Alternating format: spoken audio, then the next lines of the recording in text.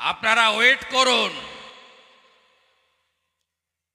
সন্দেশখালীর শাহজাহান, ক্যানিং এর শকত মোল্লা, ফলতার জাহাঙ্গীর খান, সময় আপনাদের আর বেশি দিন নাই। কেষ্টমণ্ডলের থেকেও খারাপ অবস্থা কি করে করতে হয় আমরা জানি। কত রঙ্গ আপনারা পশ্চিমবঙ্গে দেখছেন। মা মাটি মানুষ, গণতন্ত্রের পূজারিনী, তোলাবাজ ভাইপোর পিসি, তিনি বলছেন ত্রিপুরাতে 98% বিনা প্রতিদ্বন্দ্বিতায় জিতে। আমি তো অতটা করিনি। বলছে চারটে বুথে নাকি গোলমাল হয়েছে। কি করেছে শুনুন মমতা ব্যানার্জি। তার চটি চাটা পোষ্য state election commissioner Rajiv Sinha এই রাজ্যে 25টা ব্লকে 9 তারিখ থেকে 15 তারিখ ঘিরে রেখে নমিনেশন করতে দেয়নি।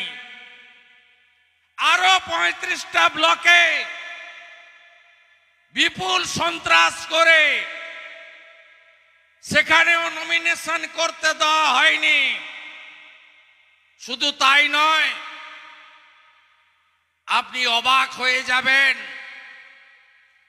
15 তারিখে নমিনেশন ফাইলের পরেও 17 তারিখ সকাল পর্যন্ত এই দলদাস পুলিশ আর এই দলদাস বিডিও ডিএমরা তৃণমূলের নমিনেশন করেছে। আর আজকে তো অদ্ভুত জিনিস কলকাতা হাইকোর্টে সম্মানীয় বিচারপতি অমৃতা সিনহার বেঞ্চে কি পাওয়া গেল সৌদি আরবে বসে আপনাদের এই জেলার বসিরহাটে মঈনুদ্দিন মোল্লা তোলামূলের প্রার্থী হয়ে গেছে। সৌদি আরবে বসে 5ই জুলাই গেছে, 16ই জুলাই ফিরবে।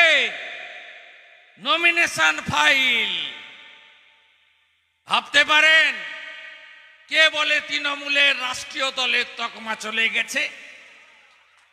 তৃণমূল তো আন্তর্জাতিক দল হয়ে গেছে মঈনুদ্দিন মোল্লার দয়ায়। আমি একজন WBCS অফিসারকে পাঠালাম। তিনি বললেন আমাকে, আপনি জানেন না ভিডিও নাম মিনাখা, তার নাম হলো কামরুল ইসলাম।